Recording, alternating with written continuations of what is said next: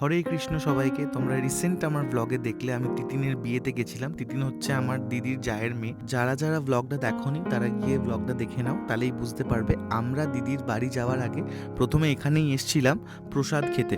তো এখানে প্রসাদ খেয়ে আমরা দিদির বাড়ি গেছিলাম। তো এখানে একটা অদ্ভুত শান্তি ছিল, সেই জন্যই তোমাদের সাথে শেয়ার না করে পারলাম না।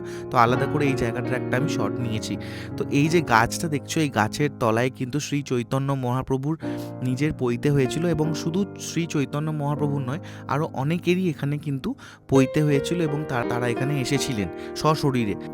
কাটোয়াতে এরকম অনেক পৌরাণিক মন্দির আছে। আমি আর একটা পৌরাণিক মন্দির কভার করেছিলাম, ওটাতেও পুরো ব্লগ করেছি, ওটাও তোমরা অনেকেই পছন্দ করেছো। এবং যারা যারা দেখোনি তারা গিয়ে ঝটপট দেখে নাও ওই জুরানবাড়ি কালী মন্দির ব্লগটা, ওটা অসাধারণ জায়গা ছিল। এবং কাটোয়াতে আরও এরকম অনেক হিডেন ট্রেজার আছে, যেগুলো আমি পরবর্তীকালে দিদির বাড়িতে গেলে নিশ্চয়ই ভিডিও করব এবং তোমাদের সাথে শেয়ার করব।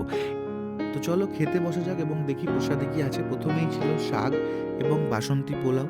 বাসন্তী পোলাও আর শাকটাই অসাধারণ লাগছিল। তারপর ঝটপট করে চলে এসেছিল ছানার তরকারি, এবং এই ছানার তরকারিটা আলাদা রকম টেস্ট ছিল। অবভিয়াসলি প্রসাদের টেস্ট অসাধারণ, এবং আরও অনেক ছিল যেগুলো আমি আর ভিডিও নিতে পারিনি।